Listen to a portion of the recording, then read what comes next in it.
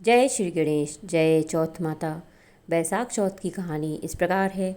एक गांव में सेठ सेठानी थे। उनको एक बेटा और उसकी बहू थी। वह बर्तन मांजकर पानी नीचे डालने जाती तो आस पड़ोस की औरतें उससे पूछती, आज खाने में क्या खाया? तो वह कहती, बासी कुर्सी तरबासी। एक दिन जब वह बर्तन मांजकर पानी फेंकने गई तो रोजाना की तरह औरतों ने पूछा, आज क्या खाया? तो उसने यही जवाब दिया, बासी कुर्सी तरवासी। उस दिन सेठ के बेटे ने नीचे उतरते हुए उसकी यह बात सुन ली और मन में सोचने लगा, अभी तो यह ताज़ा भोजन करके आई है, फिर भी इसने दूसरों को बासी कुर्सी क्यों बताया। दूसरे दिन उसने अपनी माँ से कहकर खीर खांड का भोजन बनवाया। माँ, बेटा और बहू तीनों ने बड़ी प्रसन्नता से भोजन किया। बहू बर्तन मांजकर पानी को नीचे डालने गई तो पीछे पीछे उसका आदमी भी गया। आज भी हमेशा की तरह औरतों ने पूछा, आज क्या खाया? तो उसने यही जवाब दिया, बासी कुर्सी तरबासी। उसके आदमी को बहुत गुस्सा आया। आज तो मेरे सामने खीर खंड का भोजन किया है, फिर भी यह बासी कुर्सी बता रही है, इसमें क्या रहस्य है? इस बात को समझने के लिए वह रात का इंतज़ार करने लगा। जब रात हुई और वह कमरे में आई तो उसके आदमी ने पूछा, आज तूने खीर का भोजन किया, फिर भी पड़ोसी औरतों को बासी कुर्सी क्यों बताया? तब बहू मुस्कुराकर बोली कि आपके दादा परदादाओं की कमाई है, तो यह बासी कुर्सी हुई या नहीं। यह सुनकर उसने परदेश जाने की सोच ली तथा सुबह उठकर माँ से बोला, माँ, मैं कमाने के लिए परदेश जाऊँगा। माँ ने कहा, अपने पास बहुत धन है, तुझे परदेश जाने की क्या आवश्यकता है? लेकिन बेटे की जिद करने पर माँ ने परदेश जाने की स्वीकृति दे दी। वह कमाने के लिए परदेश चला गया। वहाँ उसे एक सेठ के यहाँ नौकरी मिल गई। कुछ समय में सारा कामकाज करने लग गया। सेठ अपना सारा कारोबार उसे सौंपकर स्वयं तीर्थ यात्रा करने चला गया। इधर सास ने यह कह के रखा था कि दिए की बुझावे तो चूल्हे की मत बुझाना, और चूल्हे की बुझ जाए तो दिए की मत बुझाना। लेकिन एक दिन दोनों अग्नि बुझ गई तो बहू पड़ोस में अग्नि लेने गई। उसने देखा वहाँ पड़ोस की औरतें किसी माता का पूजन कर रही थीं। यह देखकर उसने पूछा, आप किस माता का पूजन कर रही हैं? मुझे भी बताओ, यह किसका व्रत है तथा इसके करने से क्या फल होता है? तो उनमें से एक बोली, हम चौथ माता का व्रत व पूजन कर रही हैं। बिछुड़े का मिलन होता है, विपुत्री को पुत्र प्राप्त होता है। इस पर बहू ने कहा कि मेरे भी पति परदेश गए हैं, काफ़ी समय हो गया है। मैं भी चौथ माता का व्रत करना चाहती हूँ, लेकिन मेरी सास मुझे बाहर ही नहीं आने देती। तब मुझे कैसे पता लगेगा कि चौथ कब है? इस पर औरतों ने कहा कि तुम रोज़ाना एक डिबिया में गेहूं का दाना रखती जाना।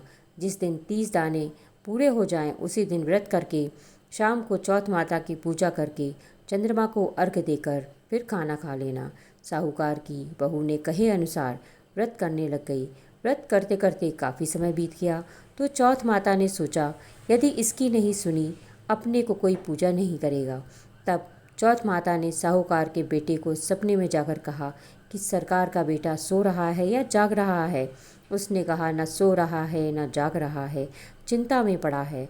इस पर चौथ माता ने कहा कि अब चिंता छोड़ और तेरे घर जा, सबकी सुध ले। उसने कहा, मैं कैसे जाऊं? मेरा कारोबार बहुत फैला हुआ है। तब चौथ माता बोली, सुबह उठकर नहा धोकर दुकान जाकर चौथ विनायक जी का नाम लेकर घी का दीपक जलाना, तेरा सारा काम सुलझ जाएगा। सुबह उसने वैसा ही किया।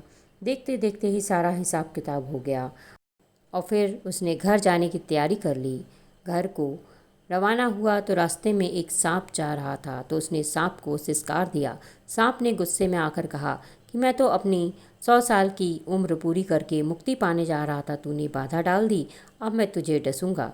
इस पर साहूकार के बेटे ने कहा, मैं 12 साल बाद अपनी माँ व पत्नी से मिलने जा रहा हूँ, उनसे मिलने के बाद डस लेना। तब सांप बोला कि तू घर जाकर पलंग पर सो जाना। तब उसने कहा कि मैं अपनी औरत की चोटी नीचे लटका दूंगा, उस पर चढ़कर आ जाना। घर पहुंचा तो वह उदास था।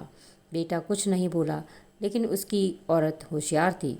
सब बात पता करके उसने कमरे की एक सीढ़ी पर दूध, दूसरी पर चूरमा, बालू, रेत, इत्र, फूल आदि 7 सीढ़ियों में 7 वस्तुएं रख दी।